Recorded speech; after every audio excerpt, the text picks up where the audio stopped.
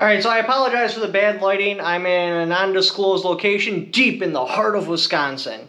So anyway, basically what was going on with the GoFundMe, now this is the best of my recollection, so there may be something I don't remember quite correctly or anything like that, but to the best of my recollection, this is how it went down. Alright, so we set up a GoFundMe for Justin Ervin. Now, my girl had set it up because grammar and shit, and so we got it set up, and then we put my bank account information in there so we could start withdrawing the money and get it to where it needs to go. Well, they were like, well, you can't do that because your name that set it up is not the name on the bank account. So we're like, okay, so what do we got to do? Let's fix this. So how do we got to do it? They're like, well, what we need is we need a bank statement, a copy of the photo ID, and then we need to talk to Justin himself, and then it needs to go to the email for the person that's actually going to withdraw it. So we replied back with a copy of my photo ID, a copy of Justin's photo ID, a PDF file of my bank statement, and a photo of my bank statement, and we're like, hey, you can't talk to Justin Ervin directly, obviously, because he's locked up. So he just doesn't have those type of privileges. But if that's still okay, we would like to press forward. I'm going to be the one that's running it. You can use my email. I'll become the account beneficiary. And they were like, okay. So they sent me an email. I got it set up. I downloaded the little app. And then when I logged on the app, it's like, hey, you need to include your bank statement. So I was like, oh, okay. Include bank statement.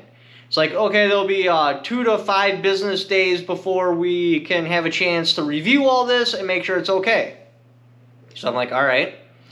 So 2 to 5 business days goes by, and I get another email. We are missing, I forget if it was the ID at that point or the bank statement at that point. So I went through the process again. I did it once, putting my bank statement, because normally on the little tutorial video, it shows you a spot for your ID and for your bank statement. I don't have those options. I only have the spot for the bank statement. But I put a copy of my photo ID in there as well, because I did the setup twice. The initial time, and then I did it twice right in a row, and because I was missing the spot for my ID, I put my ID in there, did it once, then I put my bank statement in there, and did it once. Now you're probably like, well, why didn't you just email them back with the bank statement and ID? Because I did. And then I got this message saying that I can't email this, or it's some sort of email that is a non-replying email. And I checked the email address, and it was the exact same email address that my girl's been chatting with, which is GoFundMe, /support, blah, blah, blah, blah, blah.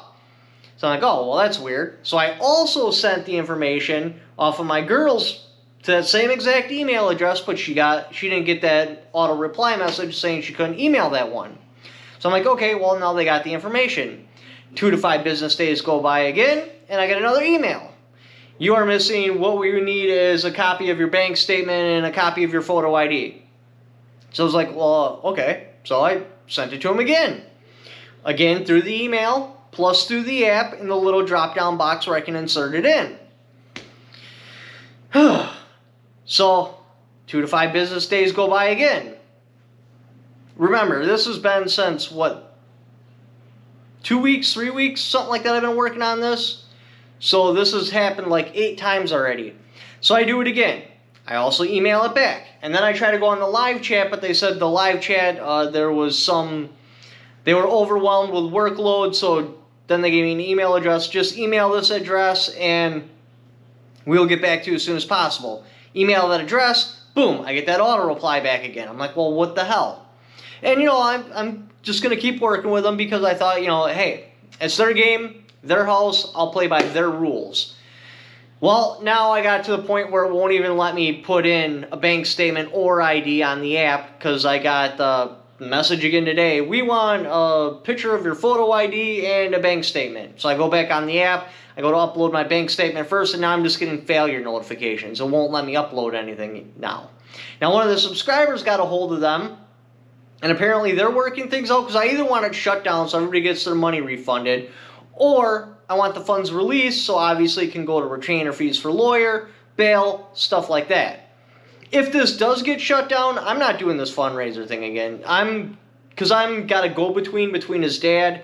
I'm going to be like, dude, you need to just talk to me. I need to talk to you directly. You need to set this up because this whole thing was just a giant pain in the ass. It's why I didn't do one right away when I found out about him getting in jail, because I knew it was going to be a pain in the ass. Now, the reason I went to GoFundMe is because that is a site everybody knows. It's been around long enough. It's got street cred. Yes, I heard about the Kyle Rittenhouse thing and how they were making it so conservatives can't put together money and go towards conservative interests, but I just assumed everybody was just overreacting. Plus, this isn't a political case. Like the Rittenhouse case, that was way political. I could definitely see them getting pressure on to not let it go through. But with this case, there was no political implications behind it. The only people that were fighting is the ATF. It's not like we're fighting Antifa and BLM trying to make sure that the kid burns for something that's not illegal. So they had pressure getting put on to them. Because I knew I wasn't going to have that pressure, I didn't think it was a thing, and I always like to give at least companies, people, the benefit of the doubt.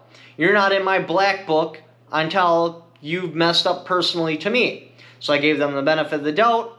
It appears, maybe I'm just doing something wrong and I'm totally mental in the head, but it appears that they are not going to let me go through there. Now, this isn't that big a deal for people that donated. You will ultimately get your money back. It's going to automatically go back July 25th if I can't get this all sorted out. I'm trying to get them to release the funds or just give the money back to you sooner, because it doesn't make sense to me why your money is just frozen there. It should either go back to you or it should be released to where it should go. So we're dealing with that. So basically, the money will either get released and this is all going to go forward, or you guys will all get your money refunded back, hopefully sooner than later, but at the latest July 25th, and then his dad's going to do it. I'm not doing this again. He's going to talk to me directly. Enough with this hiding behind, oh, I got subpoenaed too, so, I can't have contact with anyone. I'm drawing the line. He's got to get a hold of me personally. He's got to set it up personally, and then I will promote it back to you guys if that's how this all goes down. Obviously, it's not going to be on GoFundMe again if this gets shut down, because that clearly didn't work out for us. It'll go to some other one, but he will be running it this time, not me. And I apologize, I'm kind of venting, but I've been going at this for so long, and I just feel like I'm beating my head against the wall, and I want to help this kid every way I can. I do have a whole bunch of PayPal money. Let me pull it up real quick so you guys can see what it's at. And I do got somewhere close to $1,000 that you guys mailed into the shop, which here's the address right there if you just want to send cash. If you write a check, just leave the name blank, because a couple of people wrote the check and they wrote Coloma resale on it. So I actually got to cash it to the shop, which gets real screwy with taxes. But here, let me pull up the PayPal real quick so you guys can see what that's up to. Now, the first PayPal money I already got sent to him. That went on his books and a calling card to keep him comfortable. He did officially get charged. He got 16 charges. I don't know what they are yet because obviously everybody's afraid to talk. So PayPal is up to $1,300 and $1,342.95. So, I mean, that's something that's a far cry from bail money or a retainer, but it is something. Also with PayPal, they take huge percentages, so that's why I wanted to go through something like GoFundMe. Because like GoFundMe on like, what did we get up to, $50,000? They were only taking like $2,000, so it's like, what, 0.5%? PayPal is like 10%. I don't know the exact percentage, but it's really, really high. Also, I'll post his information right here if you want to just put money directly on his books. I mean, that really doesn't help for like bail money or anything, but it's something. That'll be like commissary and phone cards. But anyway, this is just an update so you guys are posted and you guys know what the hell's going on. Trying to fight through this. Not having really good luck right now. Hopefully you guys can just blow up GoFundMe and make something happen, because I'm clearly not able to. I don't know, maybe I got some sort of learning disability I'm not aware of. But yeah, I either want it shut down completely and everybody refunded their money immediately, because I'm just tired of wasting all this time, or the funds released. Hell, they can call my phone number if they want to talk to me directly. I don't care. I'll do whatever they want. I've already given them as much as I possibly could and everything they asked for, and still I'm getting nowhere. But anyway, thank you for watching. Don't forget to subscribe.